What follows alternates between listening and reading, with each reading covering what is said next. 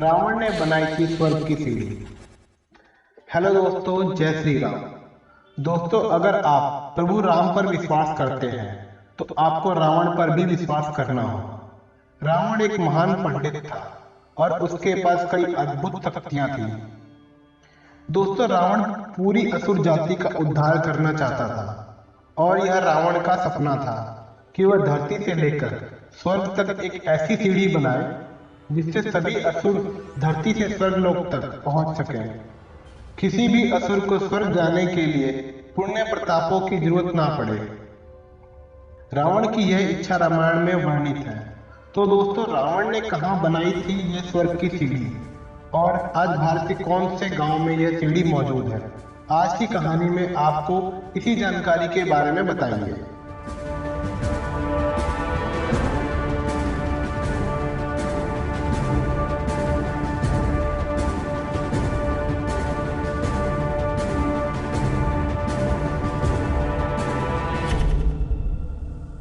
दोस्तों, ये बात है रामायण काल की यानी त्रेता युग की।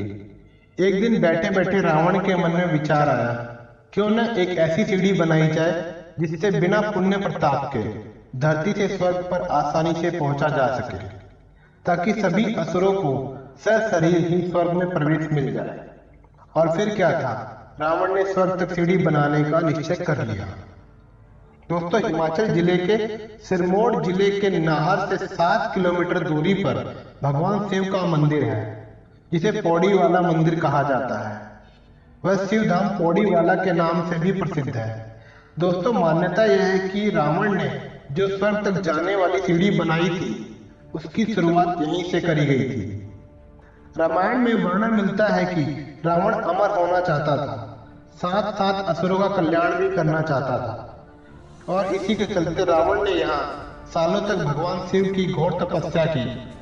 रावण की कठोर तपस्या से प्रसन्न होकर भगवान शिव ने उसे दर्शन दिए और उससे वरदान मांगने को कहा। तब रावण ने शिव जी से अमरता का वरदान मांगा और कहा कि वह स्वर्ग तक सीढ़ी बनाना चाहता है, और उसे इस बात का वरदान भी मिले कि सीढ़ी बन जाएगी। भगवान शिव ने रावण की इच्छा पूरी करने के लिए कहा कि तुम्हें एक शर्त पूरी करनी पड़ेगी। तो शिव जी बोले कि अगर वह एक दिन में 5 पौड़ियों का निर्माण कर देगा तो वह अमर हो जाएगा और स्वर्ग तक सीढ़ी भी बन जाएगी। शिव जी के कहने पर रावण ने पौड़ियों का निर्माण करना शुरू कर दिया। रावण ने पहली पौड़ी हरिद्वार में बनाई, जिसे हर की पौड़ी के नाम से जाना जाता है। दूसरी पौड़ी का निर्माण रावण ने इस मंदिर में किया था, हिमाचल प्रदेश के पौड़ी वाला मंदिर में। तीसरी पौड़ी बनाई चुडेश्वर महादेव मंदिर में और चौथी पौड़ी बनाई किन्नर कैलाश में। इस तरह रावण ने एक दिन में 4 पौड़ियों का निर्माण आसानी से कर दिया।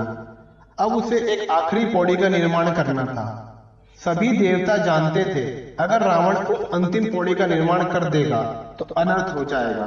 तो देवताओं ने रावण के मन में छल पूर्वक थकान और आलस्य का भाव डाल दिया, जिससे रावण के मन में विचार आया कि अभी तो पूरा दिन पड़ा है और वह आराम कर लेगा और उसके बाद उठकर पौड़ी का निर्माण कर लेगा।